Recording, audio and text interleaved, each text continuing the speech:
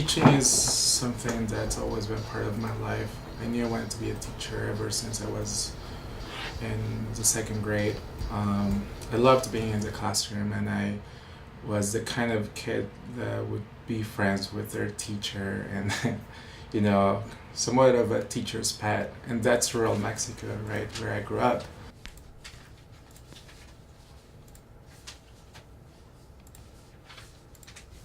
So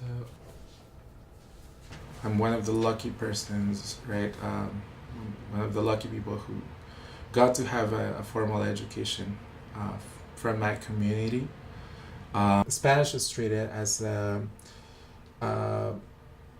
lesser than language, you know, because the people who speak it are treated as second-class citizens, right?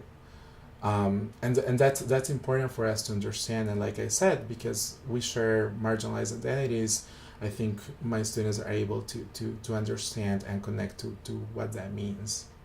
The average person, especially here in New York City, you know, would not be able to afford a language course.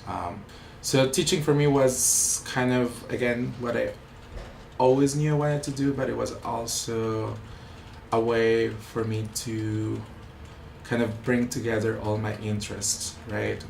Because I do tent organizing, and there's such a housing crisis in New York City that often affects Spanish speakers. Spanish is something that I hear, and you know, because I don't completely understand this whole conversation, I can get pieces of of what's being said. When we see, I think, things in the news, and we see certain discourses that are used to talk about Spanish-speaking immigrants, we have the tools and the information to really think differently.